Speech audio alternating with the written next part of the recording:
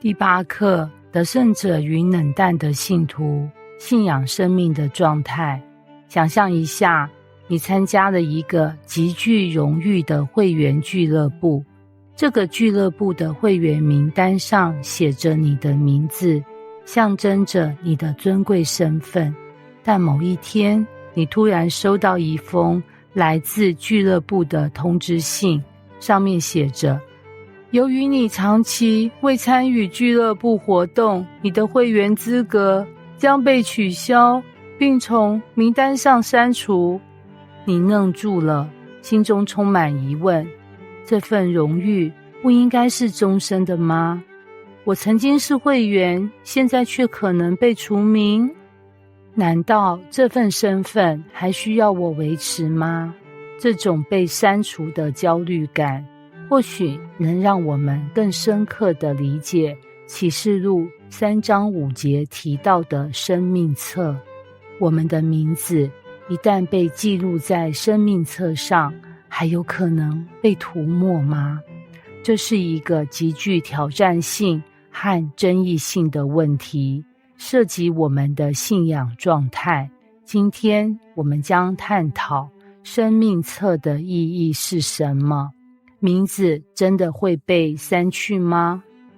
为何耶稣说忍耐到底的必然得救？这表示可能有人无法忍耐到底吗？得胜者与冷淡信徒的区别是什么？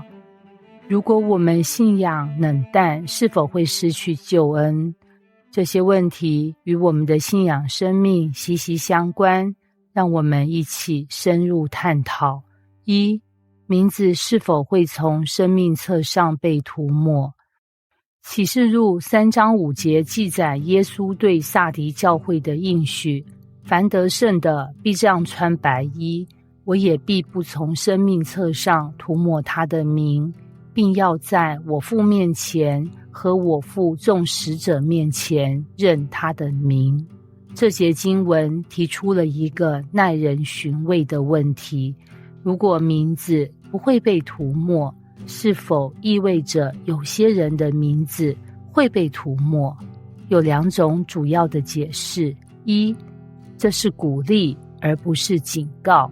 有些学者认为这节经文的重点在于应许而非威胁。耶稣在这里的意思是，凡得胜的人可以确保自己的名字永不被涂抹，这是一种安慰，让信徒知道他们的救恩是稳固的。2. 这是警告，表明名字可能被删除。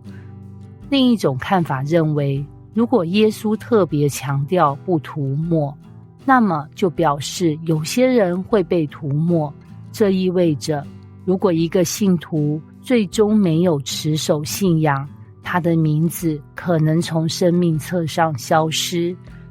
这个观点与出埃及记32章33节相呼应。耶和华对摩西说：谁得罪我，我就从我的册上涂抹谁的名。如果这样的理解正确，那么这是否表示基督徒若不警醒，可能会失去救恩呢？我们要进一步探索。2. 忍耐到底的必然得救。我们有可能半途而废吗？耶稣在马太福音24章13节说：唯有忍耐到底的必然得救。这句话的语气似乎暗示，如果有人没有忍耐到底，可能就无法得救。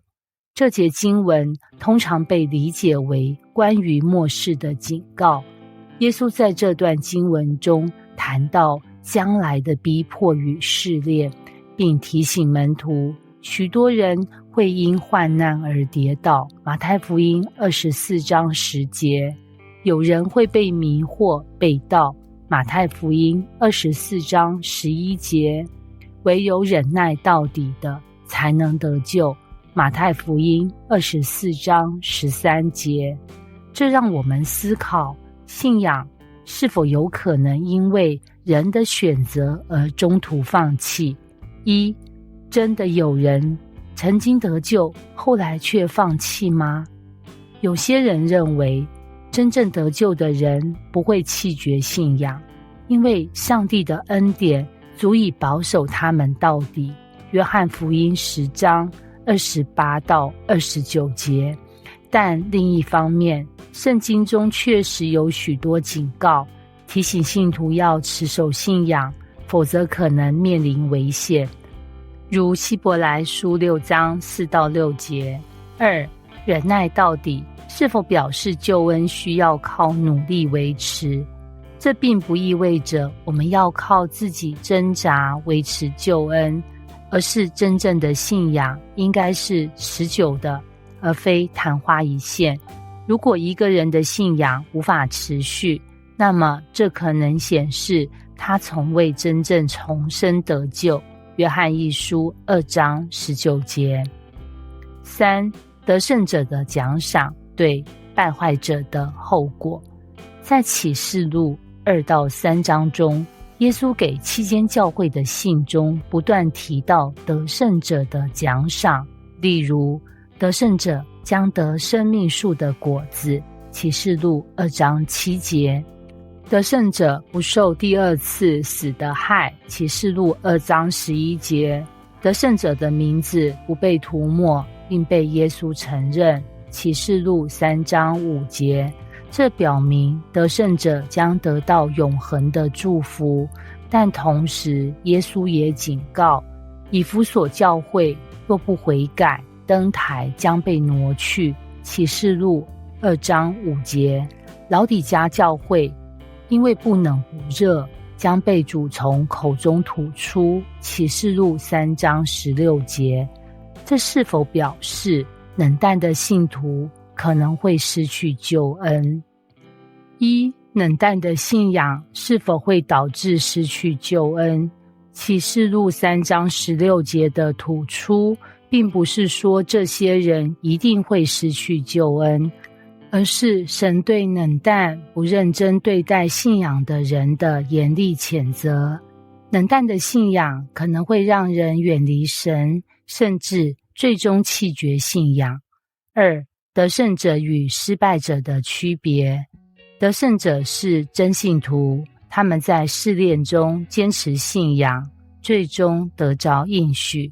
冷淡的信徒可能仍然得救，但他们的生命缺乏果效，甚至会经历神的管教，如哥林多前书3章15节。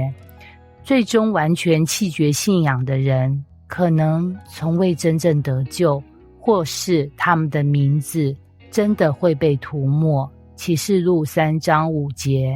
结论，我们应该如何回应？这堂课带给我们一个重要的提醒，信仰不是一个挂名会员制，而是需要真实活出来的生命。如果我们的信仰是冷淡的，我们应该警醒，回到主面前，恢复与他的亲密关系。耶稣已经为我们预备了救恩，但他要我们忠心到底，做得胜者，享受他的应许与荣耀。所以今天你在哪里？你是得胜者还是冷淡的信徒？